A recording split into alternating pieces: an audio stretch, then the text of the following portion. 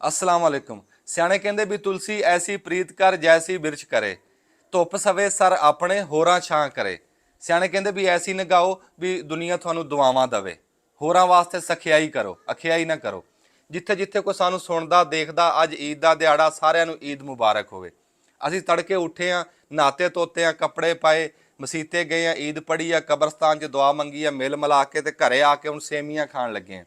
मैं खसूसी तौर पर अपने परदेसी ਜਿਹੜੇ ਧੀ ਪੁੱਤਰ ਆ, ਜਿਹੜੇ ਘਰੋਂ दूर बैठे ਆ, ਜਿਹੜੇ ਆਪਣੇ ਘਰਦਿਆਂ ਵਾਸਤੇ ਕੁਰਬਾਨੀ ਦੇ ਰਹੇ, ਜਿਹੜੇ ਵਿਚਾਰੇ ਆਪਣੀ ਜਵਾਨੀ ਦੇ ਰਹੇ ਆ, ਜਿਹੜੇ ਜਹਾਦ ਕਰ ਰਹੇ ਆ ਰਿਜ਼ਕੇ ਹਲਾਲ ਦੀ ਤਲਾਸ਼ ਦੇ ਵਿੱਚ, ਆਪਣੇ ਧੀਆਂ ਪੁੱਤਰਾਂ ਤੋਂ, ਭੈਣ ਭਰਾਵਾਂ ਤੋਂ, ਮਾਂ ਪਿਓ ਤੋਂ ਦੂਰ ਬੈਠੇ ਆ, ਉਹਨਾਂ ਨੂੰ ਸਾਡਾ ਸਲਾਮ ਵੀ ਆ ਤੇ ਉਹਨਾਂ ਨੂੰ ਈਦ ਮੁਬਾਰਕ ਹੋਵੇ।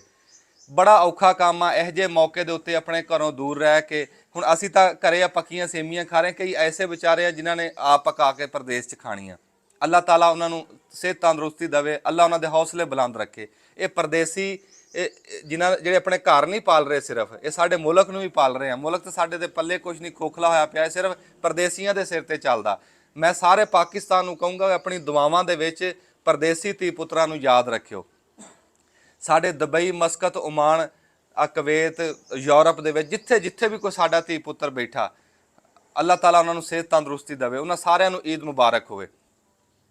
ਫਿਰ ਅੱਜ ਜਿਹੜੇ ਨਵੇਂ ਕੱਪੜੇ ਪਾ ਕੇ ਤੇ ਘੜੀਆਂ ਲਾ ਕੇ ਈਦ ਪੜ੍ਹ ਰਹੇ ਆ, ਤੁਹਾਡੀ ਈਦ ਜਿਨ੍ਹਾਂ ਨੇ ਬਣਾਈ ਆ, ਜਿਨ੍ਹਾਂ ਨੇ ਆਪਣੇ ਧੁੱਪ ਛਾਂ ਨਹੀਂ ਦੇਖੀ, ਮਿਹਨਤ ਕਰਕੇ ਤੇ ਅੱਜ ਤੁਹਾਨੂੰ ਕੱਪੜੇ ਪਵਾਏ ਆ, ਉਹਨਾਂ ਧੀ ਪੁੱਤਰਾਂ ਨੂੰ, ਪਰਦੇਸੀਆਂ ਨੂੰ ਈਦ ਮੁਬਾਰਕ ਹੋਵੇ।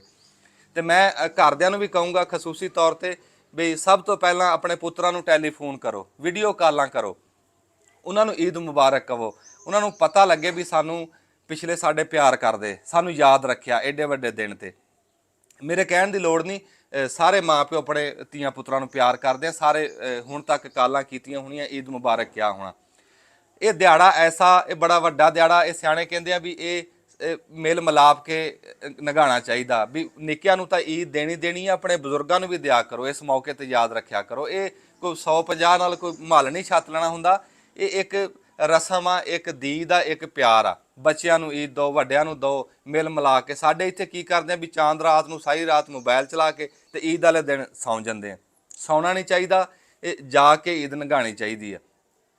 फिर जिन्होंने रोज़े रखे हैं, इबादत की, अल्लाह ताला रोज़े कबूल करे, इबादत कबूल करे, रोज़े मुबारक होण। जिन्होंने इतकाफ किया, अल्लाह उन्होंने इतकाफ कबूल करे, इतकाफ मुबारक होवे। तो फिर ईद का दिहाड़ा, ईद सारिਆਂ ਨੂੰ मुबारक होवे।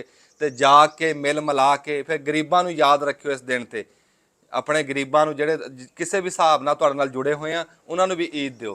फिर जाके ਸਾਡੇ ਬੱਚੇ ਸਾਨੂੰ ਦੇਖਦੇ ਆ, ਬੰਦੇ ਕਹਿੰਦੇ ਆ ਜੀ ईद ਸੀ ਨਿੱਕੇ ਹੁੰਦਿਆਂ ਦੀ, ਹੁਣ ਕਾਹਦੀ ईद ਆ ਨਾ। ईद सदा ही ईद ਰਹਿੰਦੀ ਆ। ਇਹਨੂੰ ਸਿਆਣੇ ਕਹਿੰਦੇ ਆ ਈਦ ਹੁੰਦੀ ਆ ਦੀਦ ਦੀ। ਜਿਹੜੇ ਪ੍ਰਦੇਸ਼ 'ਚ ਬੈਠੇ ਆ ਉਹ ਤਾਂ ਇਹ ਕਹਿ ਸਕਦੇ ਆ ਵੀ ਕਾਦੀ, ਪਰ ਅਸੀਂ ਇੰਨੀ ਇਹ ਗੱਲ ਕਰ ਸਕਦੇ, ਅਸੀਂ ਰੱਬ ਦਾ ਜਿੰਨਾ ਸ਼ੁਕਰ ਅਦਾ ਕਰੀਏ ਓਨਾ ਥੋੜਾ। ਆਪਣੇ ਘਰੇ ਬੈਠੇ ਆ ਤੇ ਖੈਰੀ ਸਲਾਮਤੀ ਬੈਠੇ ਆ, ਤੇ ਅੱਲਾਹ ਤਾਲਾ ਪਰਦੇਸੀਆਂ ਨੂੰ ਵੀ ਖੈਰੀ ਸਲਾਮਤੀ ਰੱਖੇ। ਮੈਂ ਪਰਦੇਸੀਆਂ ਨੂੰ ਵੀ ਕਹੂੰਗਾ, ਨਹਾਵੋ ਧੋਵੋ, ਈਦ ਪੜ੍ਹੋ, ਹੱਸ ਖੇਡ ਕੇ ਨਗਾਓ ਦਿਹਾੜਾ, ਹੱਸ ਖੇਡ ਕੇ ਨਵਾ। ਪੂਰਾ ਪਾਕਿਸਤਾਨ ਤੁਹਾਡੇ ਵਾਸਤੇ ਦੁਆਵਾਂ ਕਰਦਾ, ਤੁਹਾਡੇ ਨਾਲ ਖਲੋਤਾ। ਫਿਰ ਸਾਡੇ ਬੱਚਿਆਂ ਤੇ ਇਹ ਅਸਰ ਪੈਂਦਾ, ਜਿਹੜੇ ਬੰਦੇ ਈਦ ਪੜ੍ਹ ਕੇ ਆ ਕੇ ਸੌਂ ਜਾਂਦੇ ਆ ਨਾ ਲੰਬੀ ਤਾਣ ਕੇ, ਤੇ ਸ਼ਾਮੀ ਉੱਠਦੇ ਆ ਵੀ ਪਤਾ ਹੀ ਨਹੀਂ ਵੀ ਈਦ ਆਈ ਕਿ ਨਹੀਂ ਆਈ। ਨਹੀਂ, ਬੱਚਿਆਂ ਦੇ ਵਿੱਚ ਫਿਰ ਤੁਰ ਕੇ ਹੱਸ ਖੇਡ ਕੇ ਨਗਾਓ। ਇਹ ਤਰਬੀਅਤ ਆ ਬੱਚਿਆਂ ਦੀ ਵੀ ਈਦ ਕਿਵੇਂ ਨਗਾਣੀ।